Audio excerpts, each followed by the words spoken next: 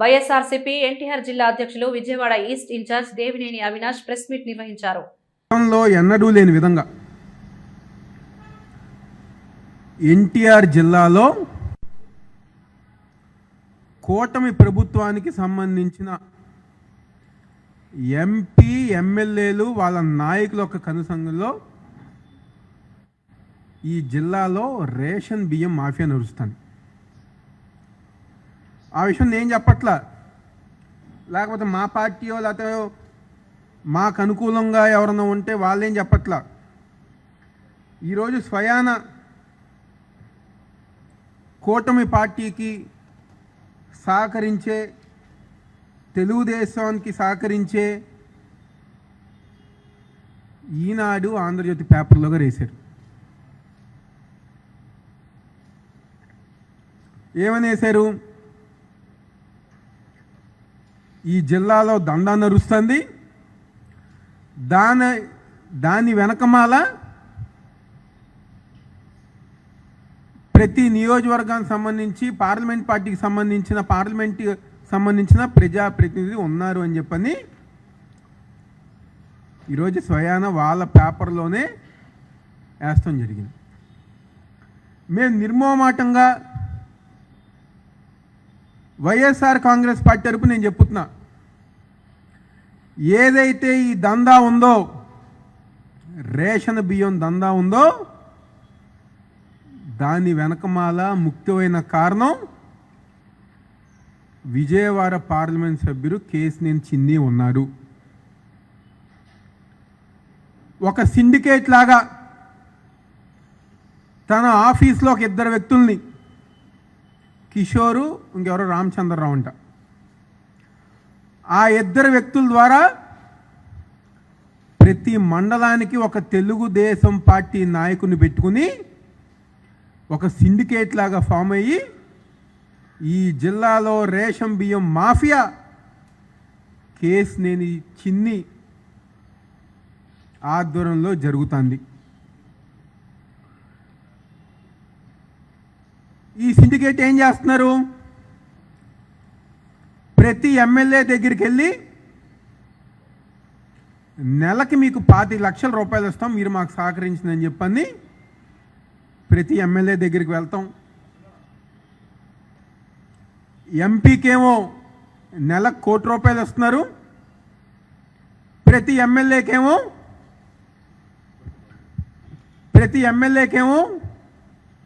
నెలకి 25 లక్షల రూపాయలు ఇస్తున్నారు. ఇందులో ఒక ఇద్దరు ఎమ్మెల్యేలు తప్పితే కూటమి ప్రభుత్వంలో మిత్రపక్షంగా ఉన్న మన పార్లమెంటుకి నగరంలో ఒక ఎమ్మెల్యే ఈ సిండికేట్ వెళ్తే గెట్అవుట్, మీరు నా దగ్గర రామాకన్ అని చెప్పని అన్నారు. రూరల్ ప్రాంతానికి సంబంధించిన ఒక దళిత ఎమ్మెల్యే ఎవరైతే ఎంపీతో గొడవ పడుతున్నారో అతనికి మేము ఇవ్వకూడదని చెప్పని వాళ్ళిద్దరికి తప్పితే మిగిలిన 5 ఎమ్మెల్యేలు డబ్బులు తీసుకుంటున్నారు, 1 కోటి రూపాయలు చిన్ని తీసుకుంటున్నారు. వీళ్ళ ఆధ్వర్యంలోనే, వీళ్ళ ఆదేశాలతోనే ఈ జిల్లాలో రేషన్ బియ్యం మాఫియా రెచ్చిపోతాందని చెప్పి నేను సందర్భంగా చెప్తున్నా. గతంలో ఎన్నడూ లేని విధంగా, ఎందుకంటే ఉమ్మడిగా ఉన్న కృష్ణా జిల్లాలో కానివ్వండి, లేకపోతే కొత్తగా ఏర్పడిన ఎన్టీఆర్ జిల్లాలో కానివ్వండి, ఒక్క ఎంపీ లేకపోతే ఎమ్మెల్యేలు పేదలకు సంబంధించిన బియ్యం మెరుగర డబ్బులు సంపాదించిన నీచంగా దిగజారిపోయారంటే అది ఈ ప్రభుత్వంలోనే దిగజారిపోయారు. మా కర్మ, మా ప్రజల కర్మ ఇలాంటి ఒక ఎంపీని గెలిపించినందుకు ఈరోజు విజయవాడ పార్లమెంట్లో ఉన్న ప్రజానికం ప్రతి ఒక్కరిగారో బాధపడుతున్నారు.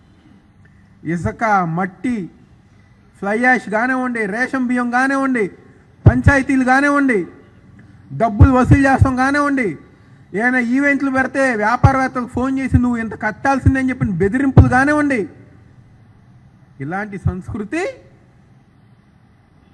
ఈ వ్యక్తి ఎంపీ అయిన తర్వాతే మా నగరంలో, మా జిల్లాలో వస్తాం జరిగింది.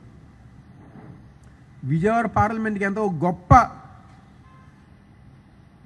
వాళ్ళు పార్లమెంట్ సభ్యులుగా ఎన్నికయ్యారు. చెన్నిపాటి విద్య గారు, ఉపేంద్ర గారు, వడ్డే శోభనేశ్వరరావు గారు, రాజగోపాల్ గారు, కేసినేని నాని గారు.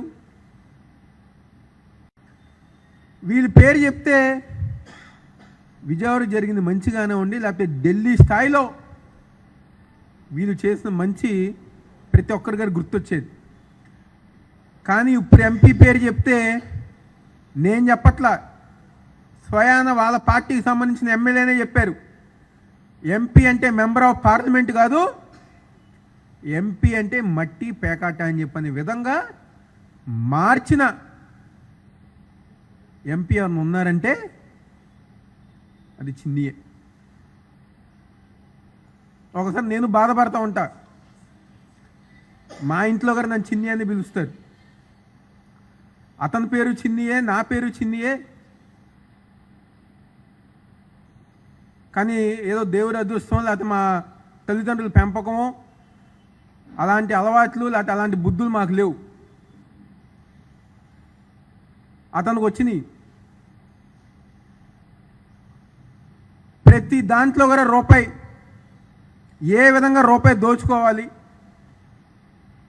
ఏ విధంగా రూపాయి దండుకోవాలని చెప్పిన ఆలోచన తప్పితే ఈ నగరానికి, ఈ పార్లమెంట్లో ఉన్న అన్ని నియోజకవర్గాలకి మంచి చేద్దామని చెప్పిన ఉద్దేశం ఇక్కడ ఉన్న ఎంపీకి లేదు. అతనికి తోడు ఆ ఎమ్మెల్యేలు గారా దోచుకుందాం, దాచుకుందాం అని చెప్పిన ఒక ఉద్దేశంతో ఈరోజు ఈ యొక్క 7 నియోజకవర్గంలో ఎమ్మెల్యేలు గారు ముందుకెళ్తాం గారు జరుగుతుంది. నేను ఒకటే చెప్తున్నాం చిన్నీకి, మీ అన్నయ్యని చూసి నేర్చుకో, నాని గారిని చూసి నేర్చుకో. 10 సంవత్సరాలు ఈ పార్లమెంట్కి ఎంపీగా పనిచేశారు. ఇలాంటి ఆరోపణ కానివ్వండి, లేకపోతే ఇలాంటి సంఘటనలు కానీ ఒకటన్నా జరిగిందా? ఏ రోజు గారా ఒక్క మచ్చ లేకుండా ఆయన 10 సంవత్సరాలు ఎంపీగా గర్వంగా, దమ్ముగా, ధైర్యంగా పనిచేశారు. ఈ పార్లమెంట్కి టాటా ట్రస్ట్ ద్వారా ఈ పార్లమెంట్ ఆయన దత్తత తీసుకున్నారు. నువ్వేమో నీ అక్రమ సంపాదన కోసం మా పార్లమెంట్ నువ్వు దత్తత తీసుకున్నావు. మొన్నే హైదరాబాద్లో ఒక పెళ్ళిలో ఎంపీ దగ్గర స్నేహితుడు కనిపించారు. మాటల మధ్యలో ఏంటి మా పార్లమెంట్ ఈ విధంగా మీరు చేస్తున్నారంటే, పైన చంద్రబాబు గారు, లోకేష్ గారు ఏమంటలేదా అంటే చిన్ని అన్నారంట, నేను 300-200 కోట్లు ఖర్చు పెట్టాను, ఆ డబ్బులు నేను సంపాదించుకోవాలి కదా, కాబట్టి నేను ఆ డబ్బులు సంపాదించుకుంటున్నా అని చెప్పారంట. లోకేష్ చెప్పినా నేను డబ్బులు సంపాదించుకుంటానని చెప్పారంట. టికెట్ ఇస్తే పోటీ చేస్తా, మళ్ళీ ఓడిపోతే హైదరాబాద్ వెళ్ళిపోతా అనే ఉద్దేశంతో ఈ పార్లమెంట్ సభ్యులు ఉన్నారు. కానీ మంచి చేయాలి, ప్రజానికానికి అభివృద్ధి కార్యక్రమాలు చేయాలి. ఇదివరకు దేశంలో విజయవాడ పేరు ఎనగానే కనకదుర్గమ్మ గురించి, ప్రకాశం బ్యారేజు, కృష్ణానది గురించి ఇవన్నీ వినేవాళ్ళం. ఈరోజు ఢిల్లీలో విజయవాడ గురించి అంటే మట్టి, పేకాట, ఇసుక, ఫ్లై యాషు, ఎలా డబ్బులు సంపాదించుకుందాం, ఎలా స్కాములు చేద్దాం, ఎలా దేవాదాయ భూములు దోచుకుందాం అనే ఆలోచన తప్ప ఆ పేరు మా విజయవాడ నగరానికి వస్తాం చాలా బాధాకరంగా ఈరోజు మా అందరి గారు ఉంది. ఎప్పటికైనా అధికారులు, కలెక్టర్ గారు కానివ్వండి, జాయింట్ కలెక్టర్ గారు కానివ్వండి, లేకపోతే మిగిలిన అధికారులు అందరు గారా కళ్ళు తెరిచి ఏదైతే జరుగుతున్న దందా ఉందో వెంటనే ఆపాలని చెప్పని మీ అందరం గారు కోరుకుంటున్నాం. అధికారుల్లాగా పనిచేసి తెలుగుదేశం పార్టీ నాయకులుగానో లేకపోతే తెలుగుదేశం పార్టీ కండువా కప్పుకొని కప్పుకున్న నాయకులుగా కాకుండా అధికారులుగా పనిచేసి ఈ రేషన్ మాఫియాని అరికట్టాలని చెప్పని ఈరోజు వైఎస్ఆర్ కాంగ్రెస్ పార్టీ వరకు మేము డిమాండ్ చేస్తాం.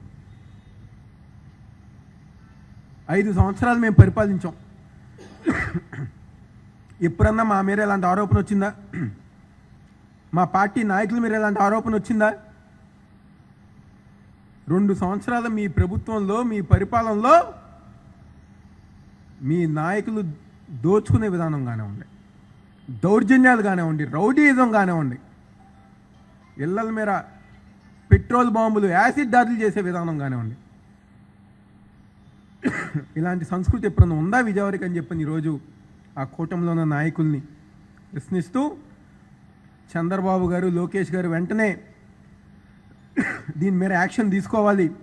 వెంటనే ఎవరైతే వెనకమాల ఉన్న మీ ఎంపీ ఉంటారో, మీ ఎమ్మెల్యేలు ఎవరైతే నెల నెల వసూలు చేస్తున్నారో వాళ్ళకు బుద్ధి వచ్చే విధంగా వార్నింగ్ ఇవ్వండి, వాళ్ళని అరికట్టాలని చెప్పని ఈ సందర్భంగా వాళ్ళని చెప్తూ, అధికారులు గారా పేద ప్రజల కోసం పనిచేసి ఆ పేదలకు సంబంధించిన బియ్యాన్ని కాపాడాలని చెప్పి